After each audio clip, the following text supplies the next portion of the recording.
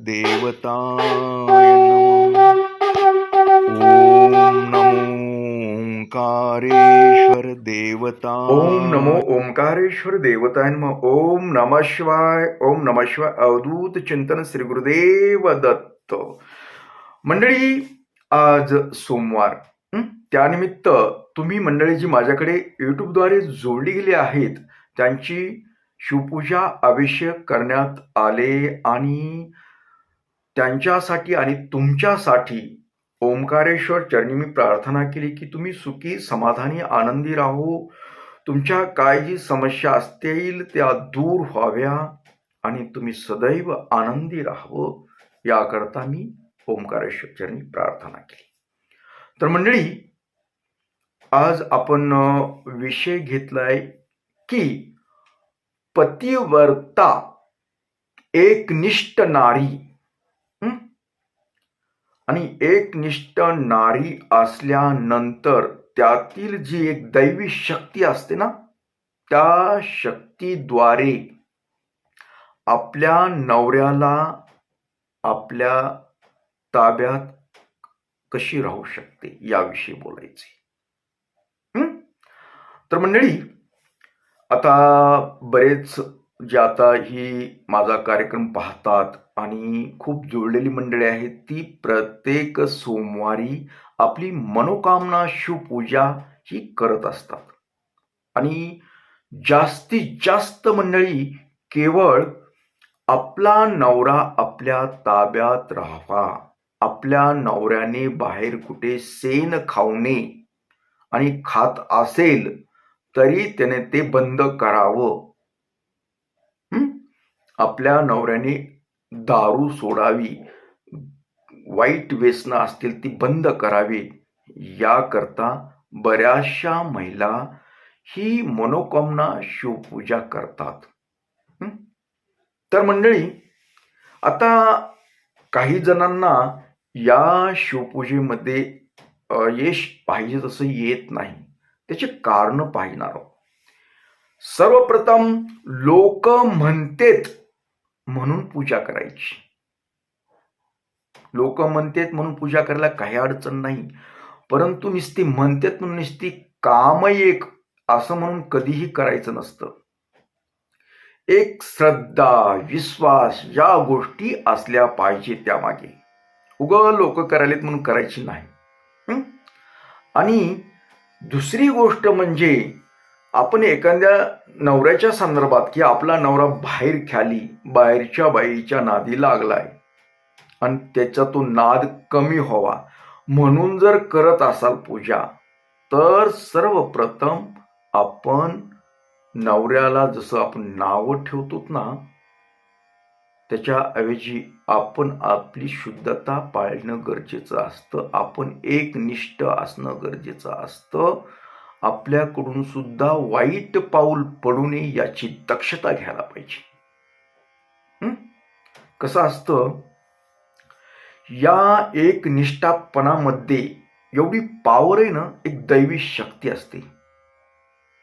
आपण जी गोष्ट करतच नाहीत, आपण आपलं पथ्य पाळून राहतो, त्यावेळेस आपण जी काही गोष्टी करतो, देवधर्म असेल, कुठलं काम असेल, काही असेल, तरी त्यामध्ये एक दम असतो, एक शक्ती असते, एक ऊर्जा असते आणि त्या ऊर्जेद्वारे आपण ज्याच्यासाठी जी पूजा करतोय त्यामध्ये सफलता मिळते. बऱ्याच महिला आपल्या नवऱ्याला बाहेर खाली बाहेरच्या बाईचं नाद आहे वगैरे हे असं म्हणतात म्हणून टेन्शन मध्ये असतात. मग आपल्याकडे जरा असं नवऱ्याकडे बोट दाखवतं ना, त्यावेळेस आपल्याकडे एवढे बोट आपल्याकडे असतात. मग आपल्याकडे बोट किती, त्याच्याकडे एक दाखवतं, आपल्याकडे एवढे बोट आहेत. मग आपण तर कुठं चुकत नाहीत ना, आपण कुठल्या परपुरुषाच्या प्रेमात तर पडलो नाहीत ना, याचा पण विचार करायचा. ज्या वेळेस आपण पतिव्रता याप्रमाणे राहिला असताल, म्हणजे एकनिष्ठपणा करत असताल, आणि तुम्ही त्या पद्धतीनं चलत असाल आणि त्या पद्धतीनं जर चलत असताना मनोकामना पूर्ण शिवपूजा जर करत असाल तर नक्की 100% तुम्हाला शंभूचा आशीर्वाद मिळतो आणि त्या आशीर्वादाने तुमचा नवरा 100% तुमच्या ताब्यात राहतो. मी गॅरंटी देऊन सांगतो. तुम्ही अगोदर स्वतःला तपासा, आपल्यात कुठला दोष आहे का. आपल्यामध्ये जर दोष नसेल आणि अशा वेळी जर आपण शिवपूजा जर करत असाल तर तुमचं काम झालं असं मी काळ्या दगडावरली पांढरी रेष म्हणून खात्रीशीर सांगतो. बरेच जण बोंबलतात, आमची मनोकामना पूर्ण होईना गेली असं तसं.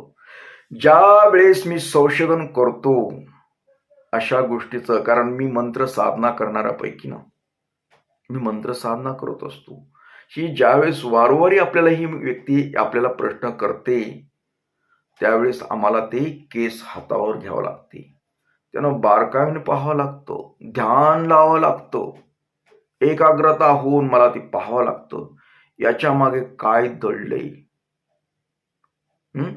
कोणी माझ्या मनात बसलंय र, असलं काही हाय का हे पण पाहावं लागतो. कारण नुसतं इकडं आम्हाला सांगायचं की माझी मनोकामना पूर्ण होण्या गेले, माझा नवरा ताब्यात येत नाही, तो बाहेरच पळतो. मग ही बाहेर का पळतो बरं? मग आपण कुठं कमी पडतोय त्याला? असं का व्हावं? या गोष्टीचा एकदम बारकाईने विचार करावा लागतो. कुठलीही समस्या सुटत नाही ना जास्त वेळ झालं की मग आम्हाला खूप विचार करावा लागतो. कुठं इथं पाणी मुरतंय हे पाहावं लागतं. कारण आम्हाला सांगतात एक आणि करतात एक. नवऱ्याच्याच चुका दाखवतात, पण मी खूप जणांचे पाहिलं, ज्यावेळेस सत्य उघड पडतं ना, सत्य कळतं, त्यावेळेस मग बरीच भानगड दुसरीच असते. इकडे नवरा माझा ताब्यात नाही म्हणतात, नवऱ्याला ताब्यात घ्यायचं बघतात आणि स्वतः मात्र बिन साखळीच्या कुत्रीवणी भटकत फिरतात. कारण काय असतं, मी फटफटा बोलणारा माणूस आहे, लपून ठेवत नसतो, धडाधड गोळ्या घालत असतो, कारण मला काय देणं काही घेणं.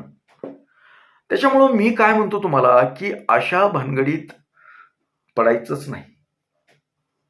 आणि पडलेला असताल तर आपल्या नवऱ्याकडून कसलीही अपेक्षा ठेवायची नाही, कारण आपणच नाही तर उगाच नवऱ्यालाच काय म्हणून ताण द्यायचा, उगाच देणं ना घेणं मशी मागं जाणं.